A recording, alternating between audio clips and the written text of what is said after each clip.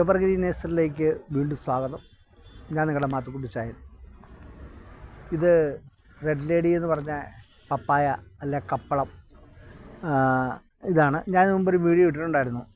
അത് നമുക്ക് ഒരുപാട് പേര് വിളിച്ച് കപ്പളം മേടിക്കുകയും ഒരുപാട് പേര് പല അഭിപ്രായങ്ങൾ പറയുകയും കപ്പളം ഉണ്ടാവുകയും ചെയ്തു. കപ്പളത്തിന് പൊതുവേ ഒരു ലൈഫ് കുറവായിരിക്കും. അത് വെച്ച് കുറച്ച് മരുന്നുകളൊക്കെ അടിച്ച് പിണ്ണാക്ക് എല്ലുപൊടി പിന്നെ ചാണകമെല്ലാം ഇട്ട് വെച്ച് കഴിഞ്ഞാൽ കപ്പളം നല്ലപോലെ വരും. വന്നു കഴിഞ്ഞാൽ അതിന് പ്രത്യേകം നമ്മൾ ശ്രദ്ധിക്കണം. ഇടയ്ക്ക് സാപ്പോ വല്ലതൊക്കെ അടിച്ചു കൊടുത്തുകൊണ്ടിരിക്കണം. എന്നാലേ കപ്പളത്തിന് ഫംഗസ് വരാതിരിക്കുള്ളൂ.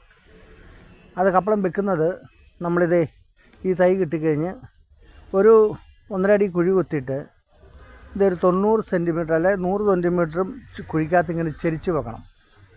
കപ്പളം ചെരിച്ച് വെച്ച് കഴിഞ്ഞാൽ ഇതേണ്ട ഇത്രയും ഭാഗത്ത് ഇവിടം വരെ വേര് പിടിക്കുകയും ഒരു 2 ദിവസം കഴിയുമ്പോൾ ഈ കപ്പളം ഇവിടുന്ന് നൂർന്ന് നേരെ വരികയും ചെയ്യും.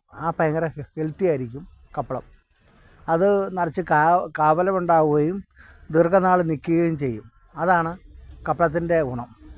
ഇത് വിയറ്റ്നാമിൽ നിന്ന് നേരിട്ട് കൊണ്ടുവന്ന വിത്ത് നമ്മുടെ ഒരു സുഹൃത്ത് പാകി ഉണ്ടാക്കി കൊണ്ട് തന്ന കപ്പളമാണ്. ഇത് വന്ന് നമ്മുടെ കയ്യിൽ കുറേ വന്നാണ്. ഇനി കുറച്ച് സ്റ്റോക്ക് കൂടി ഇരിപ്പുള്ളൂ. ആവശ്യക്കാർ വരികയാണെങ്കിൽ എവർഗ്രീൻ നേഴ്സറിയിലേക്ക് പപ്പായുണ്ട് അല്ല കപ്പളമുണ്ട്.